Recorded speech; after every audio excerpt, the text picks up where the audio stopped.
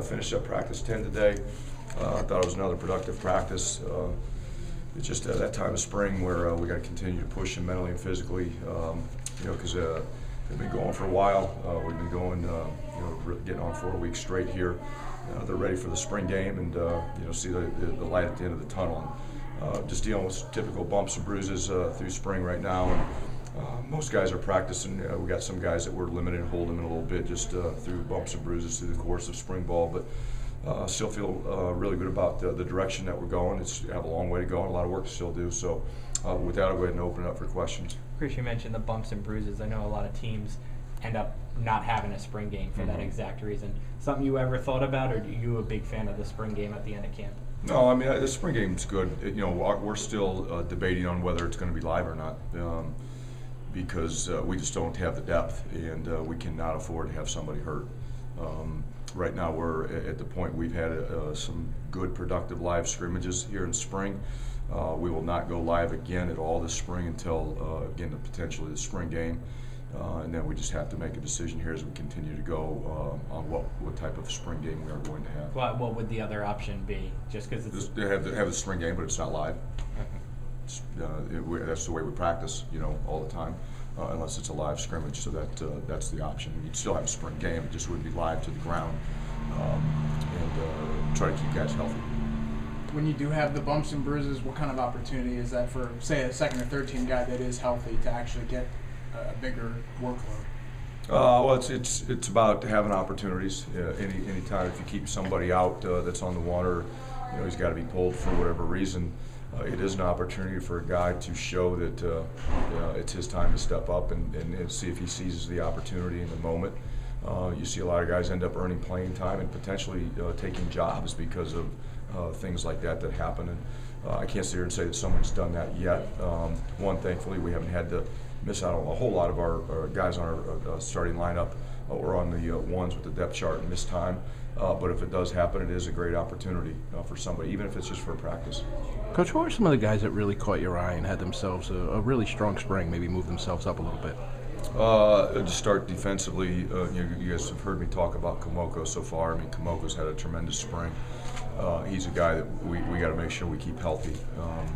We'll be limiting as we go forward. Just he's done some things that are really impressive. His effort's been outstanding. And we've got to make sure we keep him fresh and keep him healthy because he's had a history of injuries, and we just don't want to have a setback with him.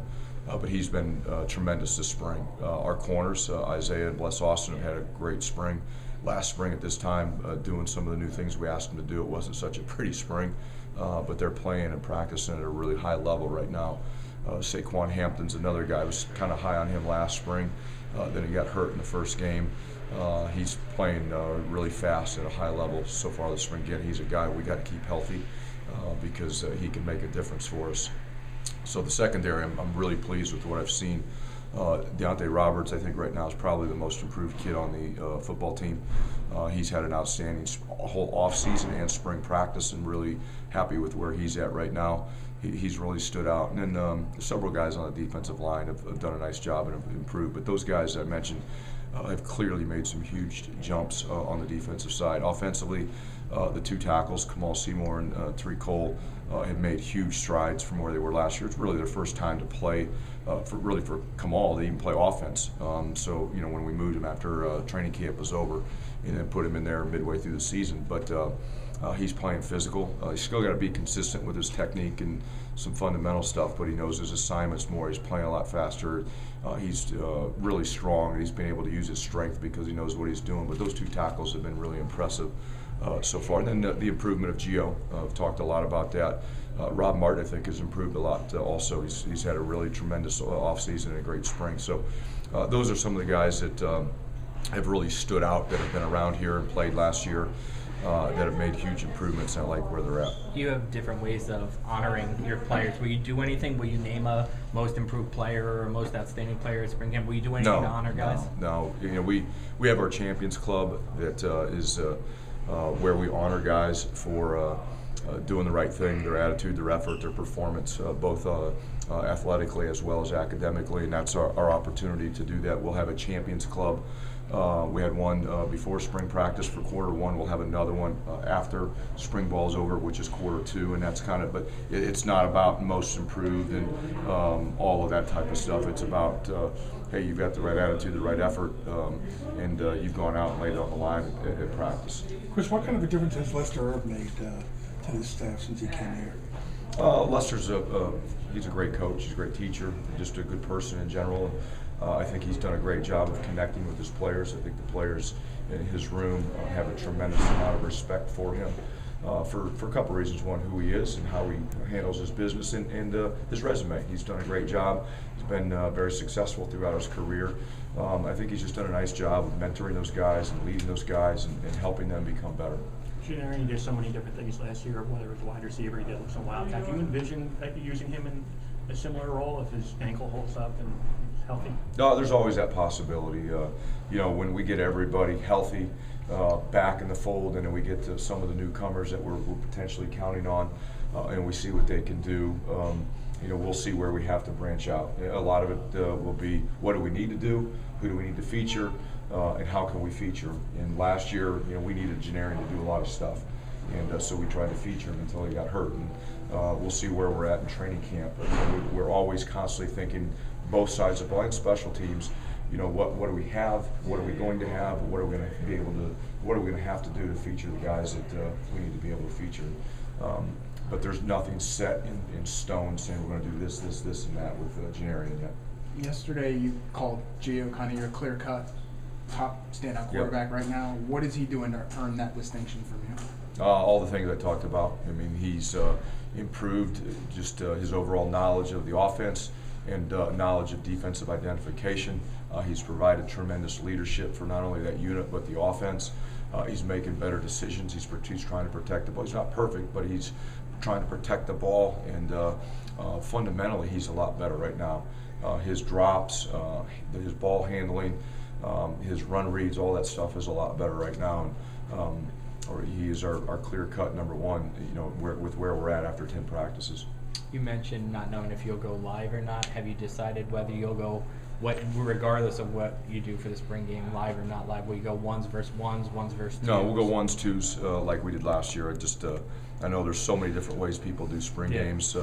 I just go off of my experience. We've had discussions about it as a staff. We really want our one offense and one defense to work together. Those 11 players that have been practicing, that will be 14 practices.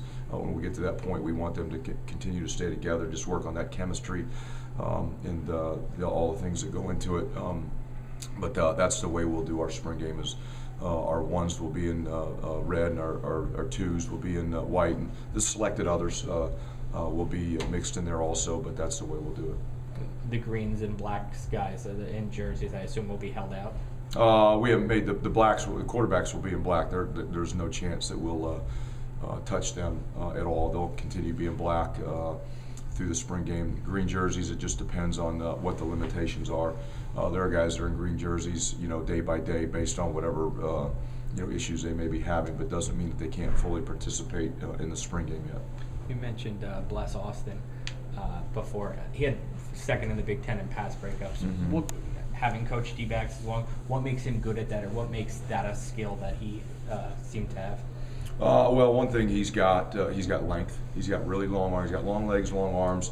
And anytime you've got a guy like that, you do what we do with him being up on the line of scrimmage, putting him closer to the receiver. Those long arms make a big difference. The other thing he's got is more about his mentality, his belief in himself. He's very confident in himself. And he's got a short memory, and he doesn't let negative things affect him, right, and especially right now the way he's playing. But one of the biggest assets he has is his length. He's got tremendous length, and he can get those arms out and get his hands on the balls and knock them down. Jump balls, he's really good on the jump ball too because of his length. There are fans who ask us all the time, like, why his record's not gotten a verbal commitment? I know you can't talk, just broadly. From that perspective, does that concern you whatsoever? I know it's so long until signing day, but No, what is today's date? April 13th.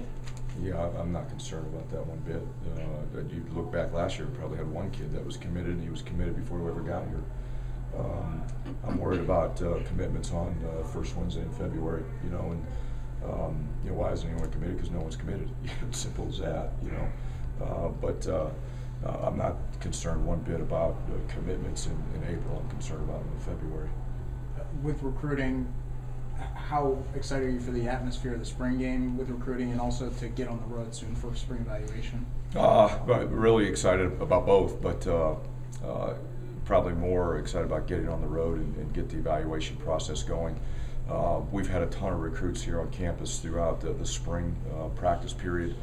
And that's really what we want. The spring game is great and all that stuff, but I'd love to have them here to watch us practice, get a chance to sit in meetings, get a chance for us to spend time with them. Can't do that stuff on the spring game. We don't have meetings. There's so much going on. It's hard to get an opportunity to meet with them individually, especially if a bunch of them show up. So I hope we have a great environment. I know the Spring Fever with the band and the concert and all that stuff. Hopefully it's a beautiful day out and a lot of people come, and creates a great environment for the recruits to see. But we've really pushed hard to get them to get here on practice days so they can just be like a player and be in the meetings and go through our daily routine so they can see what it looks like. Take 2 more questions. When you look at the practice fields through your window, how cool is it just to see progress every day? It's really cool. When they started, they got the machines up there and they started to tear stuff down. It was amazing how quick it went. To get that old grass out, or get those old lights out.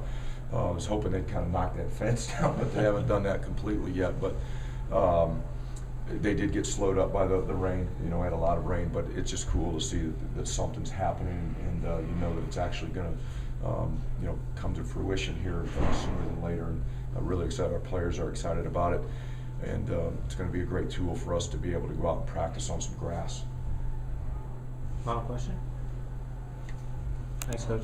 Thank you. Thank you.